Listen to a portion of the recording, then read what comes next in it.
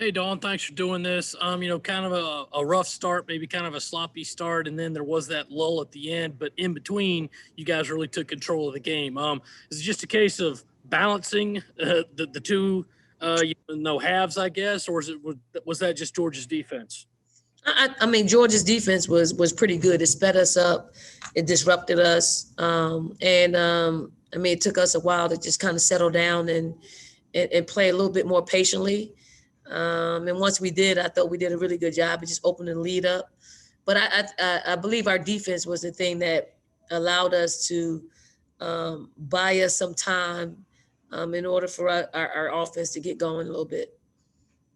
Brandon and then Greg.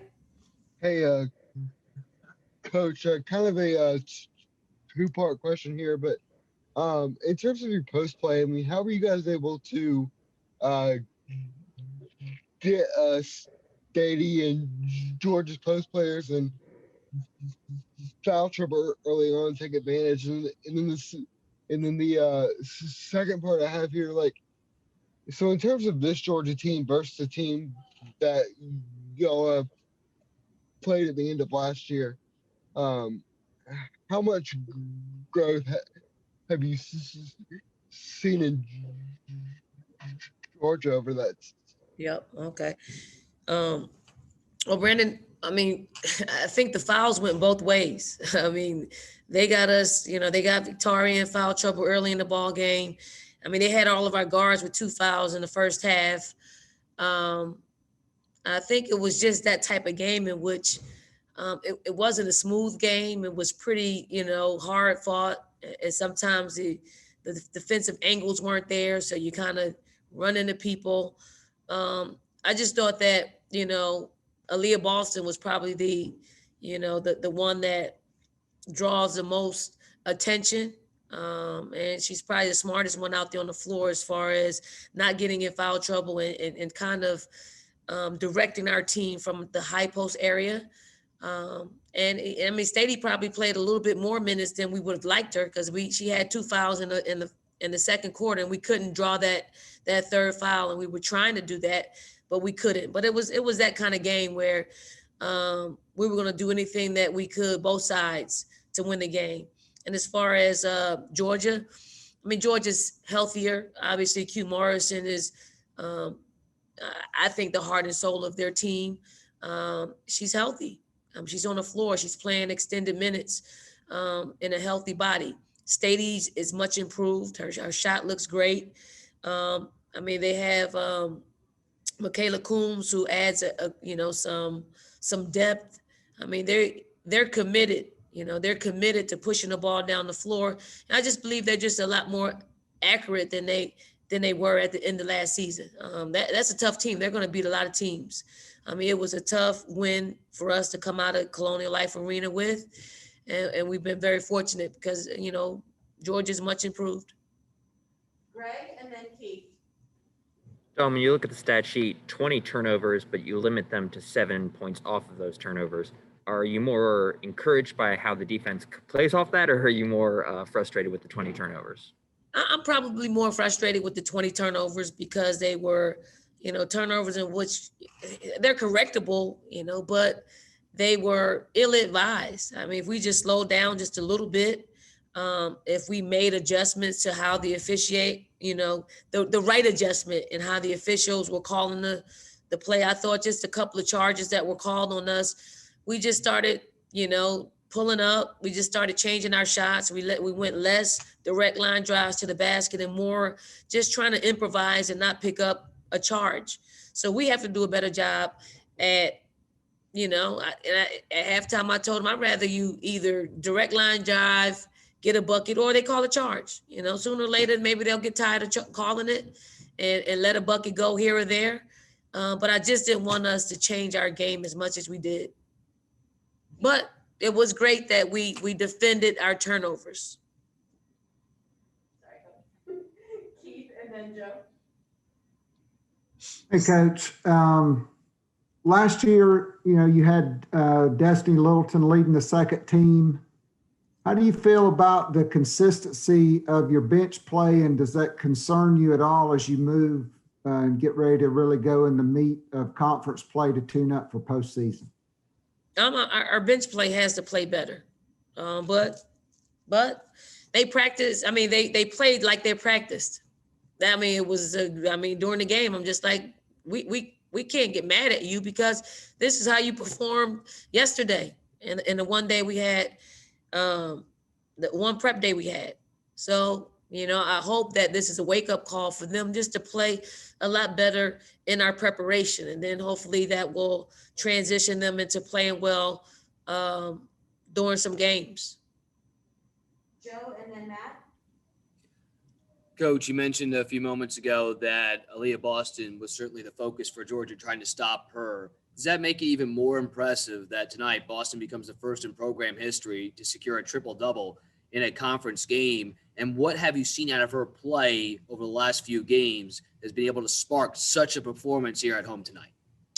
I'm not surprised. That probably won't be the last triple-double she'll have, maybe this year, but certainly throughout her career. Aaliyah's just smart. Aaliyah doesn't like looking bad. And she's gonna kill me for saying this, but what game was it where she basically cried afterwards? Came out of the locker room, I saw her, and I was talking to her a little bit. It may have been did she play bad, Iowa State? Did she play bad? It was one of our away games. And she just beats herself up so bad because she doesn't really like looking bad, So she made adjustments. She watches film. She sees how the defenses are playing her, and it just doesn't stop with watching film with coaches. She takes it a step further, and she's watching it. She's watching games. I'm almost certain that she's watched, probably all of Georgia's conference games. So she does her homework before she steps on the court, so she understands what she needs to do out there on the floor. Matt and then Mitch. Going off that, Aaliyah was in here impressed. She gets compared to Asia and Elena a lot, but she says that she's honored by that, but she just wants to be Aaliyah. So in your mind, what makes Aaliyah Aaliyah, and what makes her unique to the other post players you've coached? What makes her unique is just that, I know she's flattered by the comparisons, but she certainly want to make her own legacy here at South Carolina. I think she's pretty special. She does have Asia Wilson qualities, certainly off the court, on the court, equally as effective, just different. Aaliyah's ability to pass, her ability to facilitate at a young age as a sophomore. Some of the things that she does out there separates her from Asia, but Asia had a team full of veterans on her team where she could just focus on her and doing what Asia Wilson does. Here, we put a lot of emphasis on giving Aaliyah that responsibility because she can handle it. She studies the game, she understands the game, she's vocal out there on the floor.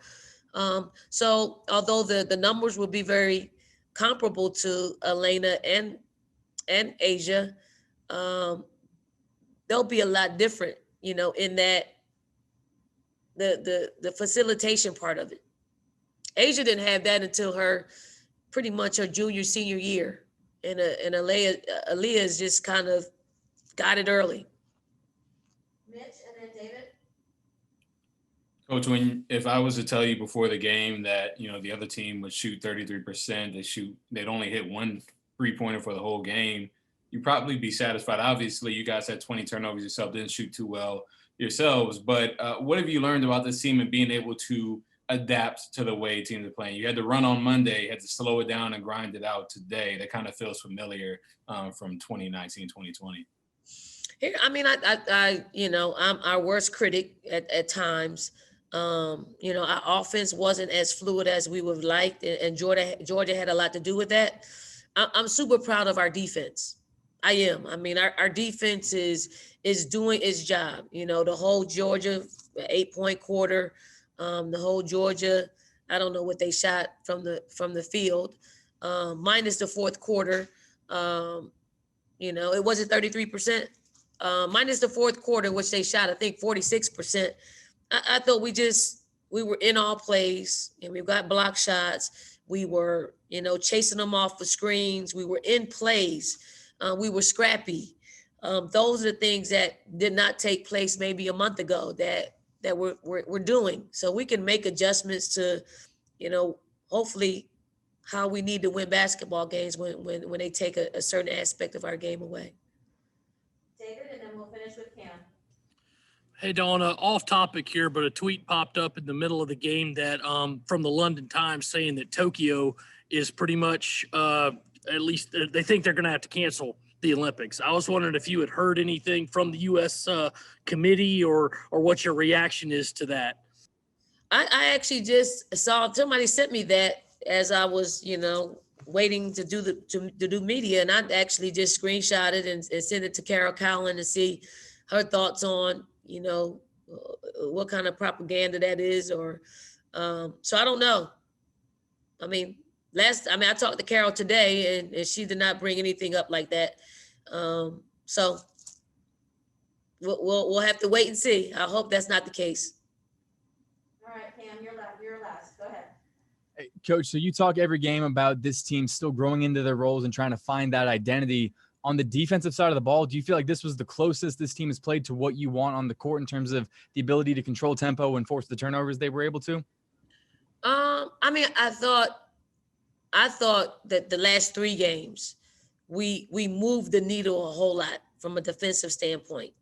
And they were all different styles of play. You know, Vandy was different than we saw tonight. Obviously, Arkansas is a little bit different. So I'm very encouraged by our commitment to playing the style of defense that we need to play, just in case we had a shooting night like we had tonight, where we only put 60 points on the scoreboard. But you kind of expect that from playing a Georgia team. They make the game ugly. If you're not able to handle their pressure, you won't score a whole lot of points. Thank you, Coach. Thank you, everyone. Thank you all.